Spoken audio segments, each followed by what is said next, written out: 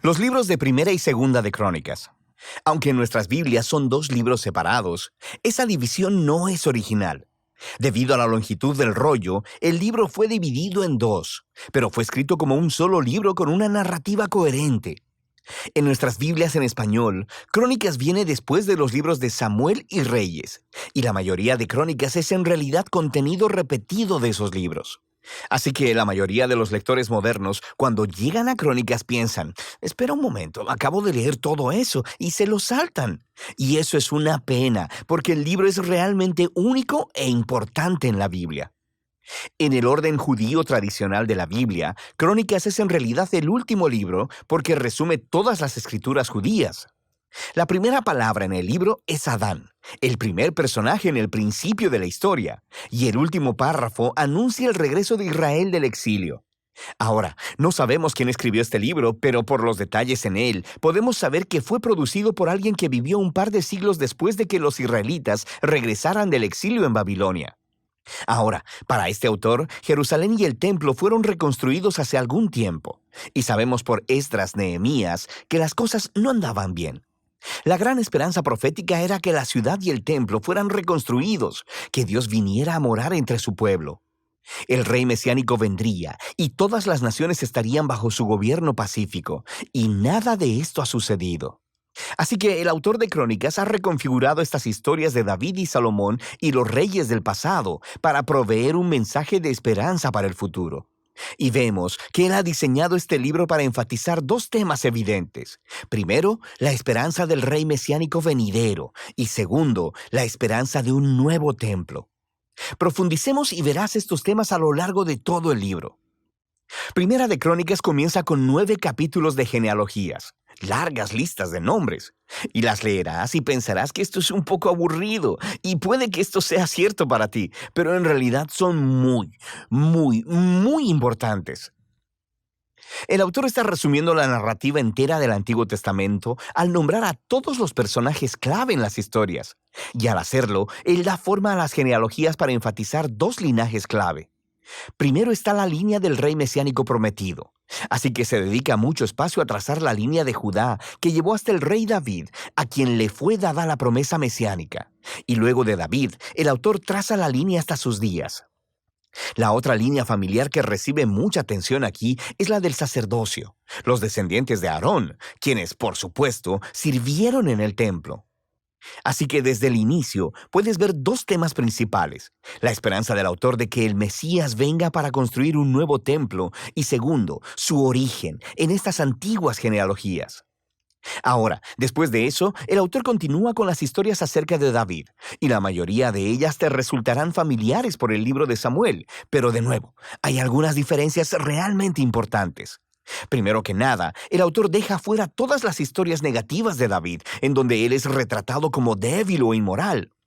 Saúl cazando a David en el desierto y persiguiéndolo. La historia del adulterio de David con Betsabé y el asesinato de su esposo. Todo eso queda fuera. Y lo que queda son las historias que hacen ver a David como un buen hombre. Y no solo eso, también hay un material nuevo que no encontrarás en el libro de Samuel y que muestra a David desde una perspectiva muy positiva. Hay un gran bloque de capítulos donde David hace preparaciones para el templo. Él organiza los recursos y los constructores y los levitas y los coros. Y no solo eso, el autor también representa a David como una figura semejante a Moisés. Dios le da a David los planos para construir el templo, así como le dio a Moisés los planos para construir el tabernáculo. De manera que, ¿por qué todo este nuevo material acerca de David? El autor no está intentando cubrir las faltas de David. Él sabe que cualquiera puede ir a leer sobre ellas en el libro de Samuel. Más bien, él está tratando de presentar a David como el rey ideal, para hacer de él una imagen o tipo del futuro Mesías del linaje de David. Es muy similar a cómo Jeremías y Ezequiel hablaron del Mesías venidero como un nuevo David. Esto es más evidente en la manera en que el autor recuenta la historia de la promesa del pacto de Dios a David en Primera de Crónicas 17. Cuando comparas la historia con su paralelo en Segunda de Samuel 7, verás que el autor de Crónicas está resaltando que ni David ni Salomón ni ninguno de los reyes de su linaje eran el rey mesiánico, y que cuando el Mesías venga será un rey como David. Así que para este autor, estas historias del pasado acerca de David son lo que sostienen su esperanza para el futuro. Después de que David muere, continuamos en Segunda de Crónicas, que se enfoca en los reyes que vivieron en Jerusalén. Y de nuevo, hay muchas cosas que coinciden con Primera y Segunda de Reyes, pero hay muchas diferencias clave. El autor ha dejado fuera todas las historias sobre los reyes de Israel del norte para enfocarse en el linaje de David. Y hay mucho nuevo material acerca de estos reyes del linaje de David. Él resalta a los reyes que fueron obedientes a Dios y añade historias acerca de cómo su obediencia llevó al éxito y a la bendición de Dios. Pero también añade nuevas historias acerca de reyes que fueron infieles a Dios, no siguieron la Torá y llevaron a Israel a adorar a ídolos. Y estos reyes enfrentaron horribles consecuencias, lo que llevó al exilio de Israel, un desastre que ellos mismos provocaron. Así que toda esta sección se convierte en una serie de estudios de carácter en donde el autor quiere que las generaciones posteriores de israelitas aprendan de su historia familiar para que así sean fieles a su Dios y a la Torá. Ahora, la conclusión del libro es también realmente única. Justo al final del libro, el rey de los persas, su nombre es Ciro, le dice a los israelitas que pueden regresar a casa, volver del exilio y reconstruir la ciudad y el templo. Y él dice en la última línea del libro: «Quien de entre ustedes sea de su pueblo, suba allá, y el Señor su Dios sea con él». Y así termina el libro, con una oración incompleta. Ahora, por supuesto, el autor sabe acerca del primer regreso del exilio y de las historias de Esdras y de Nehemías, pero evidentemente, desde su perspectiva, las esperanzas proféticas de Israel no fueron cumplidas en esos eventos. Así que este final incompleto muestra que la esperanza del autor está puesta en otro regreso del exilio, cuando el Mesías finalmente vendrá a reconstruir el templo y restaurar al pueblo de Dios. Así que el libro de Crónicas, el último libro de las escrituras judías, termina apuntando hacia adelante. Llama al pueblo de Dios a mirar hacia atrás para mirar hacia adelante, porque el pasado se ha convertido en la fuente de esperanza para el futuro. Así que Crónicas concluye la historia del Antiguo Testamento como una historia que está buscando un final. Y de eso trata este libro. Dios te bendiga. Gracias por estar con nosotros estudiando Segunda de Crónicas. Ya estamos, ¿verdad? Por Crónicas. Recuerda que estamos estudiando el Antiguo Testamento. Si estás hoy por primera vez conectado con nosotros en nuestra iglesia, Iglesia de Dios, Amor y Fe, en Monticello, Nueva York, nosotros estamos estudiando por todo este año el Antiguo Testamento. Así que te invito a que cada miércoles te unas a nosotros para estudiar un libro de la Biblia. A veces cogemos 2 miércoles para estudiar un libro de la Biblia. Así que te invito a que te unas a nosotros en la lectura bíblica de los libros del Antiguo Testamento. Libros que edificarán tu vida, libros que hablarán de manera increíble y te enseñarán hermosas lecciones. Así que antes de comenzar, yo quiero que inclinemos nuestro rostro para comenzar con una oración y luego entrar a lo que tenemos para el día de hoy. Amado Dios y Padre Celestial, gracias por esta hermosa bendición que tú nos das hoy de poder estar aquí reunidos para estudiar tu palabra. Gracias porque tú eres fiel, porque tú eres poderoso. Gracias por tu amor y gracias por todo lo que nos das, mi Señor. Gracias porque a pesar de serte infiel, tú permaneces fiel a cada uno de nosotros, mi Señor. Yo te pido que esta palabra en el día de hoy hable a nuestras vidas, que algo en ella ministre a nuestro ser, que seas tú intercediendo en nuestras vidas conforme a nuestras necesidades, mi Señor. Yo te doy gracias por cada amigo que ha podido conectarse en el día de hoy y sacar de su tiempo para escuchar tu palabra, para aprender de tus enseñanzas. En el nombre de Jesús damos gracias. Amén y amén. Así que, como te dije, vamos a estar hablando de Segunda de Crónicas. Antes de yo darte la lectura que tengo para hoy, yo quiero hacerte una pregunta. Esta pregunta la vamos a ver dentro de la lectura, por eso que te la quiero hacer primero. Si Dios te preguntara hoy, ¿qué es lo que quieres? ¿Qué tú le dirías? Si tú tuvieses a Dios ahora mismo sentado frente a ti y Él te preguntara qué tú quieres, honestamente, tú me podrás decir, a lo mejor si estuviésemos de frente, tú me pudieras decir cualquier cosa en ámbitos espirituales o en ámbitos materiales, pero no pienses en que me lo estás diciendo a mí. Sé sincero, ahora mismo, si tú tuvieses al Señor delante de ti y Él te preguntara qué tú quieres, ¿qué tú le dirías? ¿Cuál sería tu respuesta? ¿Qué tú pedirías para tu vida en el día de hoy? Yo no te pregunto de mañana porque no, quizás no lo sabes. No te pregunto de ayer porque ya ayer pasó y ya no lo podemos regresar. Pero te pregunto hoy, ¿qué tú le dirías al Señor que a ti te urge, que tú entiendes que lo necesitas? No un capricho, sino que lo necesitas. Llévate eso en mente y vamos a la lectura que tenemos para hoy. Quiero que busques en tu Biblia. Hoy yo voy a estar usando la nueva traducción viviente. Me gustó mucho lo que voy a leer en esta versión, así que quiero utilizar esta versión en el día de hoy. Segunda de Corintios, capítulo 1, versículos 7 al 12. Voy a empezar desde el 6. Segunda de Corintios, capítulo 1, versículos 6 al 12. Leemos en el nombre del Trino Dios, Padre, Hijo, Espíritu Santo. Amén.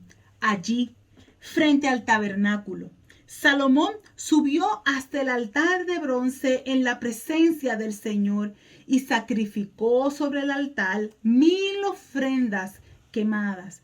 Esa noche, Dios se le apareció a Salomón y dijo: ¿qué es lo que quieres? Pídeme y yo te lo daré. Salomón le contestó a Dios: tú mostraste gran y fiel amor a David mi padre, y ahora me has hecho rey en su lugar. Oh Señor Dios, te ruego que sigas manteniendo la promesa que le hiciste a David mi padre, pues me has hecho rey sobre un pueblo tan numeroso como el polvo de la tierra. Dame la sabiduría y el conocimiento para guiarlo correctamente, porque ¿quién podrá gobernar a este gran pueblo tuyo? Dios le dijo a Salomón: por cuanto tu mayor deseo es ayudar a tu pueblo, y no pediste abundancia ni riquezas, ni fama, ni siquiera la muerte de tus enemigos o una larga vida, sino que has pedido sabiduría y conocimiento para gobernar a mi pueblo, como es debido, ciertamente te daré la sabiduría y el conocimiento que pediste, pero también te daré abundancia, riquezas y fama, como nunca las tuvo ningún otro rey antes que tú, y como ninguno las tendrá en el futuro. El Señor añada bendición a su palabra. Más adelante voy a estar unas breves palabras sobre esto que acabamos de leer, ya que en Primera de Reyes, si la mente no me falla, también se vio algo sobre sobre Salomón, así que no voy a entrar en mucho detalle. El segundo libro de Crónicas continúa la historia narrada en Primera de Crónicas, que se remonta a los libros de Samuel y de Reyes, pero desde un nuevo punto de vista, porque en esta narración el autor se preocupa más por destacar las formas apropiadas del culto que por las cuestiones políticas. Al contar la historia de Salomón, el autor se concentra en el dedicado a la edificación del templo, dejando a un lado los detalles menos atrayentes de cómo él llegó al trono, que lo vemos en Primera de Reyes, los primeros capítulos. Y posterior alejamiento de la fe, que ya lo vemos en Primera de Reyes, capítulo 11. Con relación a los reyes que vinieron después de Salomón, el escritor presenta especial atención a Asá, Josafat, Ezequías y Osías, 4 reyes que de manera especial fueron fieles y condujeron el pueblo hacia Dios. Así que son 4 reyes que yo te exhorto a que tú mires, a que tú los leas, los analices y aprendas la lección que hay oculta en cada uno de ellos. Segunda de Crónicas, al igual que Primera, fue escrito para dar aliento a las personas que habían regresado del exilio de Babilonia. El autor enfatiza que el plan de Dios para ellos no se efectuó por la caída de Judá o por la larga estancia de ellos en el extranjero. Aunque sentían que sus esperanzas, como pueblo de Dios habían muerto con la destrucción de Jerusalén y del templo, el autor intenta demostrarles que esta era solo otra etapa en la realización del plan de Dios y los anima a restablecer las prácticas religiosas y las instituciones tradicionales de sus antepasados. Así que Segunda de Crónicas repite muchas de las historias que usted vio en Primera y Segunda de Reyes. Usted las vuelve a ver, pero recuerde, como le mencioné la semana pasada, hay a veces que la historia hay que volver a repetirla porque hay cierto énfasis en el cual debemos de prestar atención. Y por eso en estos libros de las crónicas usted encuentra que como que vuelve a leer estos libros de Samuel y de Reyes, pero se encuentra con detalles que no vio en Samuel ni Reyes. Pero son detalles importantes porque entonces puede usted unir la historia y puede entender mejor lo que estaba sucediendo en estos libros. Aquí lo vamos a ver en Primera de Crónica, en Segunda de Crónica, ¿verdad? En las crónicas como tal, es desde el punto de vista de la devoción a la fe. Las historias debían ser contadas de nuevo porque la situación de la audiencia había cambiado a las personas que habían sido los primeros lectores en Samuel y en Reyes. Los lectores originales de estos libros más antiguos habían vivido en el exilio, habiendo sido testigos presenciales de la destrucción de Jerusalén y del final del gobierno de la dinastía de David. Así que ellos pudieran tener varias preguntas, tales como, ¿por qué no sucede esto? Ya que ellos no entendían lo que estaba sucediendo. Era una nueva generación, eran nuevas personas que quizás no habían sido, no habían conocido lo que había pasado anteriormente con sus antepasados. Así que ahora se les presenta esta hermosa oportunidad de ellos poder conocer la historia y poder aclarar todas las dudas. Esto me hacía recordar hace unos domingos atrás cuando Mayrín predicaba la duda de su ADN, de dónde es, cuál es mi origen, cuál es mi identidad, de dónde yo vengo, qué yo tengo. Yo siento que hay algo que me falta, el por qué. Y estas mismas preguntas quizás se hacía este pueblo, ¿por qué nos está pasando esto? ¿Por qué Dios permite que esto suceda? ¿Ha fallado el plan de Dios? Ellos no podían entender. Los libros de Primera de Samuel y de Reyes responden a estas preguntas mostrando que Dios no falló, sino que cumplió su advertencia de que el pueblo sería castigado por no cumplir su acuerdo de obedecer su palabra. Y es algo que nosotros debemos de aprender. Nosotros no podemos pretender fallarle al Señor y luego querer ser víctimas preguntándonos, ay Señor, pero ¿por qué? ¿Qué yo hice? ¿En qué yo te fallé? ¿Qué yo hice mal? Pero ¿qué sucedió? Ya tú no me amas. No, queremos ser víctimas de algo que somos culpables. Y quizás ni con comillas, somos culpables por desobedientes. Desobedecimos la regla, desobedecimos la palabra, desobedecimos lo que Dios nos estaba pidiendo, lo que su palabra nos enseña. Nosotros no seguimos las reglas, desobedecemos al Señor y pretendemos que a pesar de que yo le fallo, a pesar de que le soy infiel, a pesar de que no estoy cumpliendo lo que Él me está pidiendo, yo necesito que Él sea fiel conmigo. Yo no puedo tener una consecuencia negativa por yo no cumplir lo que Él me dice, lo que en mi corazón Él me habla, lo que Él en su palabra Él me habla.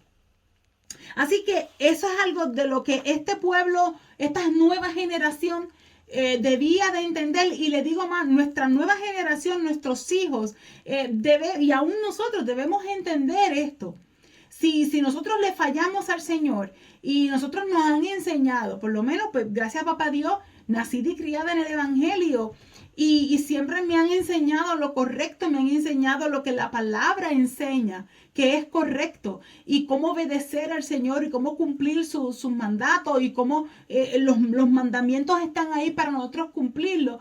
Y vengo yo y no los cumplo y luego le cuestiono a Dios que por qué me viene la situación, que por qué me viene el problema, que por qué vienen las consecuencias si yo no he cumplido, si yo no he sido fiel. Y de la misma manera enseñarle a nuestras próximas generaciones que hay consecuencias cuando nosotros no cumplimos el mandato ni obedecemos a lo que Dios nos está diciendo.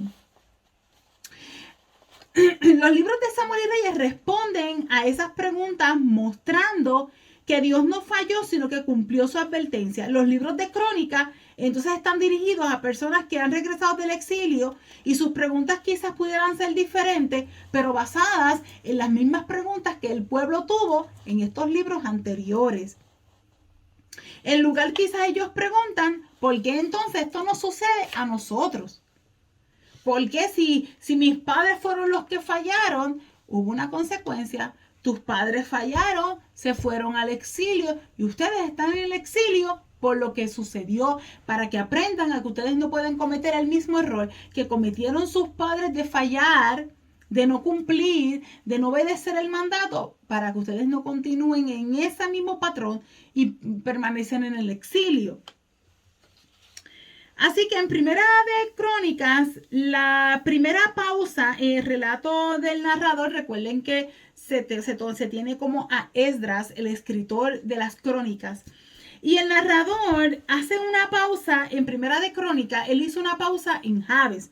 Yo no toqué Jabes la semana pasada porque es algo que se ha predicado mucho, que se ha hablado bastante y pues no quise entrar, pero hay algo que yo te quiero que tú aprendas y te lo voy a leer. De Jabes se ha hablado mucho.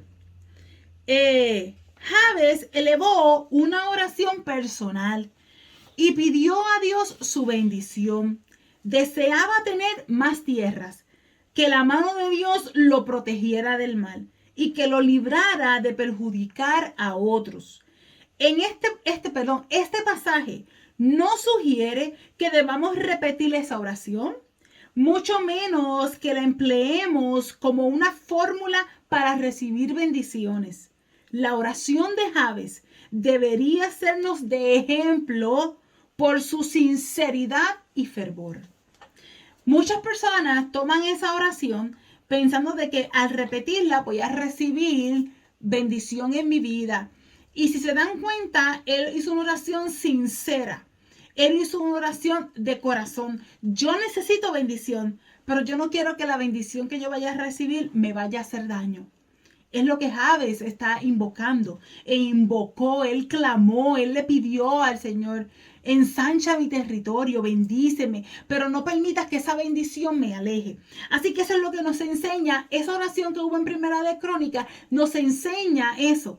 Nos enseña a que debemos de ser sinceros, a que debemos de orar con fervor, porque Jabes recibió lo que pidió y tú vas a recibir lo que pides si tú oras con sinceridad y con fervor. Así que esa oración fue en Primera de Crónicas, pero ¿qué oración entonces encontramos en Segunda de Crónicas que nos detiene en la narración, que nos detiene la conversación del libro? Segunda de Crónicas, la primera vez que el narrador se detiene es también a causa de una oración. En esta ocasión, Dios le preguntó a Salomón: ¿qué es lo que quieres? Y por eso te dije que me gustó mucho cuando lo leímos en esta versión, porque él le dice: ¿qué es lo que quieres? Pídeme y yo te lo daré. Fue al grano. ¿Qué tú quieres? Dime qué es lo que tú necesitas. Por eso te pregunto hoy, si Dios estuviese frente a ti o Dios te hablara y te dijera: fulano, fulanita, ¿qué tú quieres? Pídeme lo que yo te lo voy a dar. ¿Qué tú le pedirías al Señor? ¿Qué es lo que ahora mismo, cuál es la necesidad que tú entiendes que tienes en ti? Que tú necesitas que Dios la cubra, que tú quieres que Dios la cubra, que a ti te urge que Dios cubra esa necesidad, que hoy Dios está diciendo: pídeme lo que tú necesitas, que yo te lo voy a dar. La petición de Salomón fue por sabiduría. Sin embargo, la última vez en que Dios se dirigió a él, lo vemos en Segunda de Crónicas, capítulo 17, capítulo 7, quiero que vayas conmigo. Segunda de Crónicas, capítulo 7. Usted lo va a ver del verso 12, que es la respuesta, ¿verdad?, a Salomón, que dice: luego una noche el Señor se le presentó a Salomón y le dijo: he oído tu oración y he elegido este templo como el lugar para que se realicen los sacrificios. Pueden ser que a veces yo cierre los cielos para que no llueva, o mande langostas para que devoren las cosechas, o envíe plagas entre ustedes. Y el versículo 14, el verso 14: pero si mi pueblo, que lleva mi nombre, se humilla y ora, busca mi rostro y se aparta de su conducta perversa, yo oiré desde el cielo, perdonaré sus pecados y restauraré su tierra. Mis ojos estarán abiertos y mis oídos atentos a cada oración que se eleve en este lugar, pues he elegido este templo y lo he apartado para que sea santo, un lugar donde mi nombre será honrado para siempre. Lo vigilaré sin cesar porque es muy preciado a mi corazón. En cuanto a ti, hablándole a Salomón, si me sigues fielmente como lo hizo tu padre David y obedeces todos mis mandatos, decretos y ordenanzas, entonces estableceré tu dinastía en el trono, pues hice ese pacto con tu padre David cuando le dije: uno de tus descendientes siempre gobernará a Israel. Sin embargo, si tú o tus descendientes me abandonan y desobedecen los decretos y los mandatos que le he dado, y sirven y rinden culto a otros dioses, entonces desarraigaré al pueblo de la tierra que le he dado. Rechazaré el templo que hice santo para honrar mi nombre. Haré que sea objeto de burla y de ridículo entre las naciones. Y aunque ahora este templo sea imponente, todos los que pasen por allí quedarán horrorizados. Preguntarán: ¿por qué habrá hecho el Señor cosas tan terribles a esta tierra y a este templo? Y la respuesta será: porque los israelitas abandonaron al Señor, Dios de sus antepasados, quienes los sacó de Egipto, y rindieron culto a otros dioses y se inclinaron ante ellos. Por esa razón les envió tantas calamidades. Así que fue una gran advertencia. Y yo le digo una cosa: hoy en día Dios nos está advirtiendo lo mismo. Hoy en día Dios nos está advirtiendo. Si nosotros no queremos las calamidades sobre nosotros y que la protección y la cobertura del Señor ya no esté con nosotros, lo mejor es que nosotros cumplamos lo que la palabra dice. Lo mejor es que nosotros cumplamos lo que dice la palabra, lo que dicen sus decretos, lo que dice el mandamiento, lo que la palabra, lo que el Señor nos dejó. Nuestra guía, por algo la dejó. La dejó para advertirle: si tú a tus descendientes me abandonan y desobedecen los decretos y mandatos que le he dado y sirven y rinden culto a otros dioses, entonces desarraigaré al pueblo de la tierra que le he dado. Él fue claro: yo te voy a bendecir. Si el pueblo obedece y cumple, yo los voy a bendecir. De lo contrario, lo lamento. Disculpe, estoy con alergia. De lo contrario, va a haber calamidades. De lo contrario, pero en el versículo 14, que era lo que le decía, si no me equivoco, era el 14. En el versículo 14, pero si su pueblo se humilla,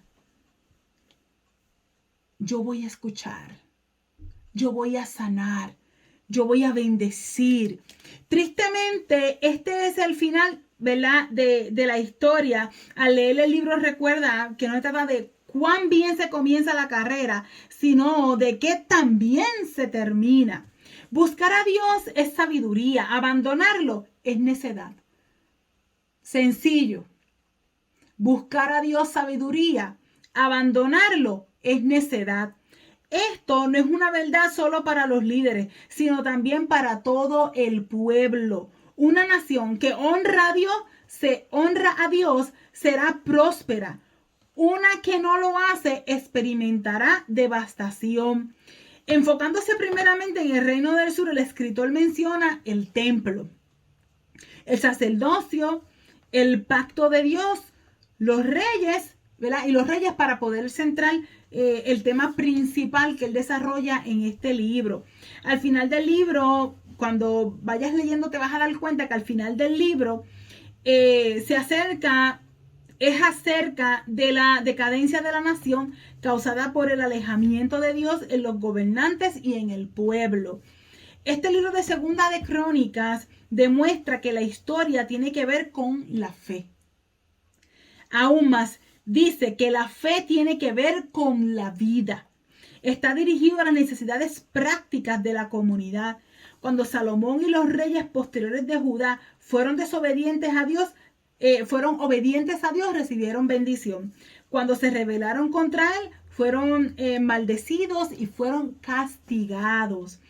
Crónicas también nos demuestra que adherirse sólidamente a la fe en el Señor resultaría en bendiciones, pero el que tú lo abandones va a traer maldición tanto a la nación como al individuo. Y hermano, esto está aquí escrito porque es algo que nosotros vemos a diario, es algo que nosotros estamos viendo en nuestro alrededor, es lo que vemos en las familias, es lo que vemos lamentablemente en las iglesias. La gente no ha podido entender, por más que se le explica, por más que se le predica, por más que se le enseña, no han podido entender o no han querido entender esta realidad. Si tú bendices, si tú obedeces, tú vas a recibir bendición, y si no, pues sabes que va a haber castigo, que va a haber maldición para tu vida, y que si tú te acercas al Señor, tú vas a recibir bendición, pero entre más tú te alejes, tú lo que vas a traer es maldición a tu casa, a tu familia, a tu vida como tal. El libro enfatiza el templo que Salomón construyó y otros aspectos del liderato espiritual, y una parte de su vida que no está descrita exactamente igual en Primera de Reyes. Debido a que el reino del sur, Judá, permaneció mucho más cercano a la voluntad de Dios, frecuentemente sobresale en este libro de Segunda de Crónicas esos detalles. Este es un libro de avivamiento. El lector es confrontado ante el hecho de que las bendiciones de Dios y los juicios sobre su pueblo están en relación directa a sus respuestas a Él y a su palabra. Cuando el arca del pacto, que representaba la presencia del Señor, entró, y este, ¿verdad?, es un pasaje muy conocido y con una gran lección, si no me equivoco, lo vemos, no sé si lo puse por aquí, el capítulo 5. En el capítulo 5, cuando el arca del pacto, que representaba la presencia del Señor, entró en el pueblo, fue traída, ¿verdad?, de vuelta. La gloria del Señor llenó el templo de tal manera que los sacerdotes no pudieron entrar y ministrar. Y usted lo puede leer en los versículos del 2 en adelante. El último versículo nos está diciendo, versículo 13 y 14, los sacerdotes no pudieron seguir con la celebración a causa de la nube, porque la gloriosa presencia del Señor llenaba el templo del Señor. Así que su presencia era notable en este libro usted la puede ver como la presencia del Señor era notable entre el pueblo. La obra del Espíritu de Dios es evidente en Segunda de Crónicas. La presencia del Señor entre su pueblo en la actualidad es por medio del Espíritu Santo que mora en nosotros los creyentes. Y usted puede ver la comparativa de cómo era evidente en Crónicas en capítulo 15, capítulo 20, capítulo 24. Así que anótelos por ahí, capítulo 15, 20, 24. Usted puede ver la presencia notable entre su pueblo. Y en nosotros, ¿qué tal de Juan 14? Usted puede ir a Juan 14, versículo 16, por ahí, 15, 16. Usted puede ver la presencia notable. Al igual que en el pasado, la presencia del Espíritu Santo en la vida de las personas hace que el servicio a Dios y a su adoración sean actividades dinámicas. Es algo que debemos de hacer, es algo que debe estar presente. Nosotros como cristianos debemos de tenerlo presente todo el tiempo. ¿Por qué? Porque cuando tú estás agradecido y el Espíritu Santo mora en ti, no hay mejor manera que expresarlo que con nuestra adoración, que con nuestro servicio a Dios, que con nuestra entrega.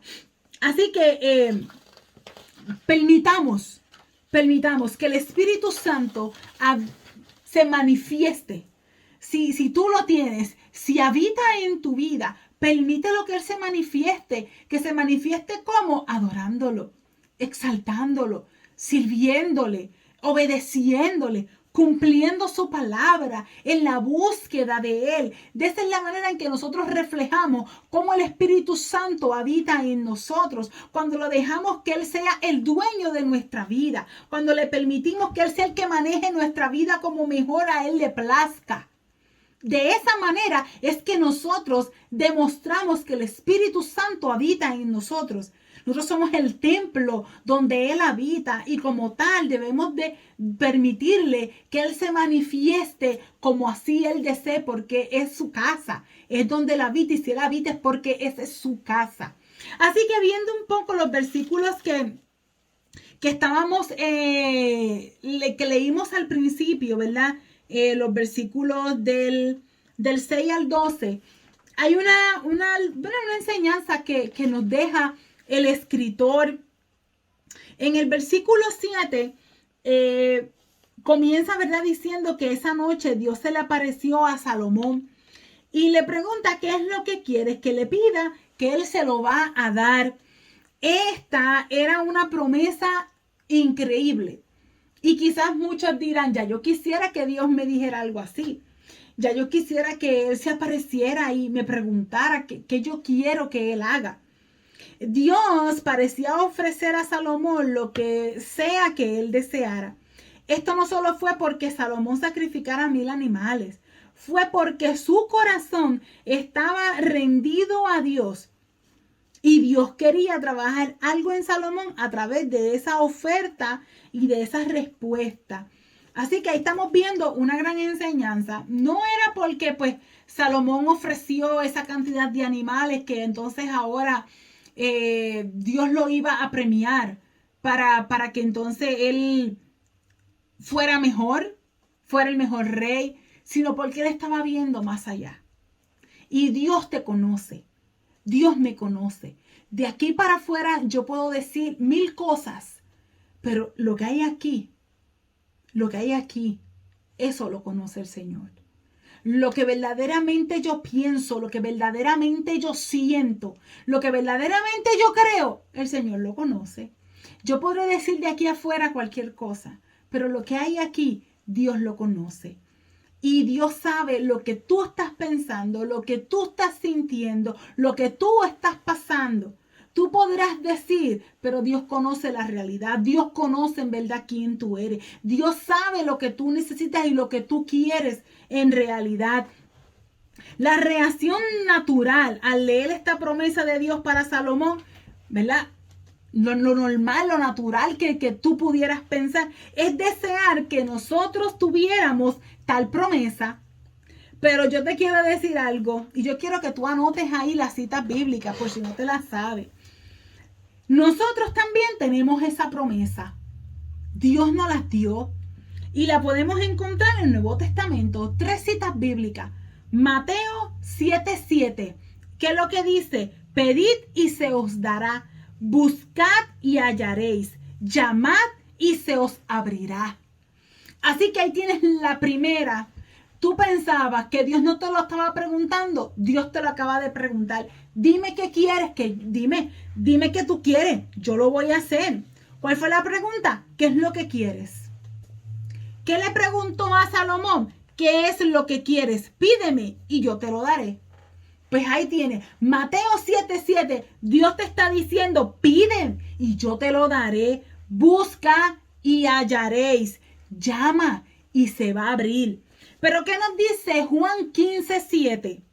Juan 15:7, si permanecéis en mí y en mis palabras permanecen en vosotros, y pedid todo lo que queráis y os será hecho. Si pides y mis palabras permanecen en ti, pide lo que quiera, que va a ser hecho. Las palabras de Dios están en ti. Su palabra está en ti. Su palabra permanece en ti. Pues pide. Pide lo que quieras, y os será hecho. Juan 15:7. Y la tercera, primera de Juan 5:14.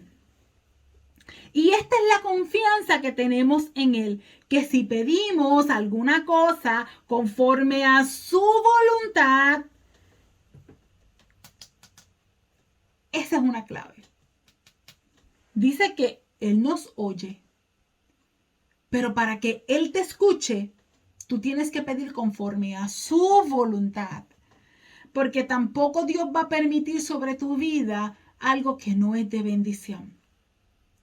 Tampoco Dios te va a dar a ti algo que va al final a perjudicarte y te va a hacer daño. Dios te va a dar lo que tú necesitas y lo que es mejor para ti, porque Él conoce lo que es mejor. Así que ahí tienes las 3 citas: Mateo 7:7, Juan 15:7 y primera de Juan 5:14. Dios te está diciendo que tú le pidas y Él te va a dar. La promesa que Él le hizo a Salomón también está extendida para ti. No se queda en el Antiguo Testamento. Fue arrastrada hasta el Nuevo Testamento. Y hoy Dios te la presenta y te dice: lo hice con Salomón, aunque me fallara, lo puedo hacer contigo. La promesa también está para ti. Selman dice que el problema para muchos cristianos entonces no es si ellos recibirán algo cuando lo pidan, sino que ni siquiera lo pedirán. Qué profundo, ¿verdad? Qué sencillo. Y es verdad. El problema no es que yo no lo voy a recibir. Es que de antemano ya yo estoy diciendo: ay, no, yo no lo voy a recibir, Dios no me lo va a dar, Dios no va a contestarme, esa petición Dios la va a echar al olvido, Dios ya se olvidó de mí, y ni siquiera la has puesto, ni siquiera le has presentado al Señor, le has dicho: Señor, aquí está mi petición. Ni siquiera has tomado el tiempo de escribir tu petición y presentársela al Señor, porque ya estás en la negativa. Pues, ¿qué vas a recibir?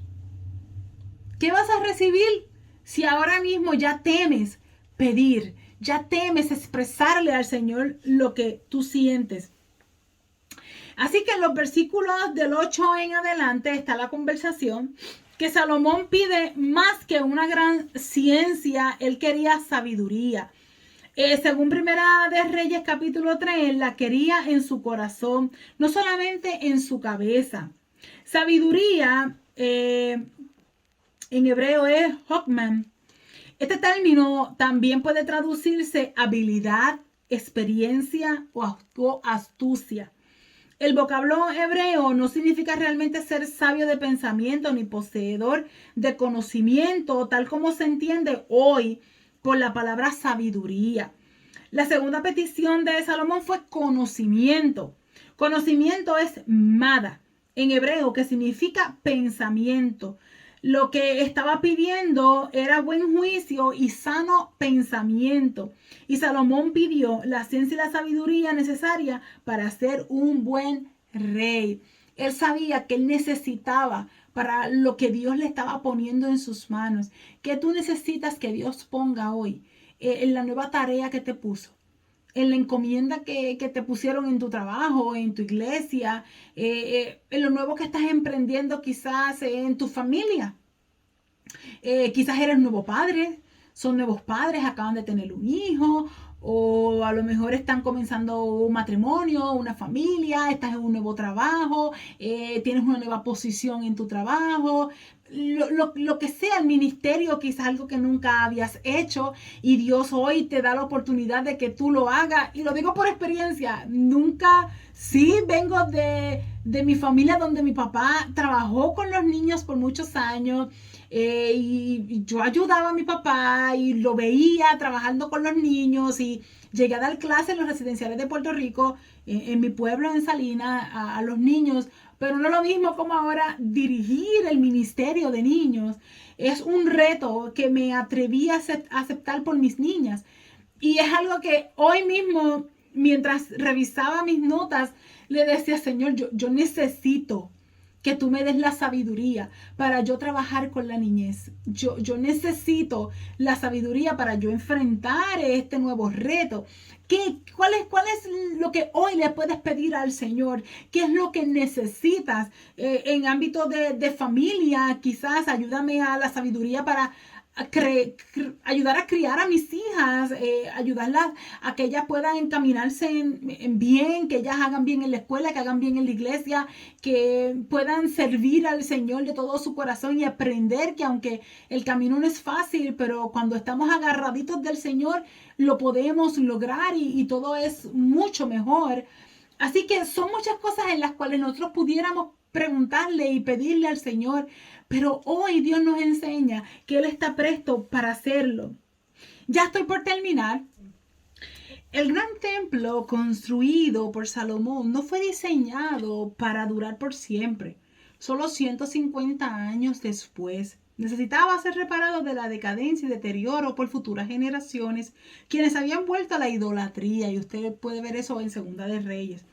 Pero el templo del Espíritu Santo en aquellos que pertenecen a Cristo vivirá por siempre. Nosotros que pertenecemos a Jesús somos ese templo, no hecho de manos, sino por la voluntad de Dios.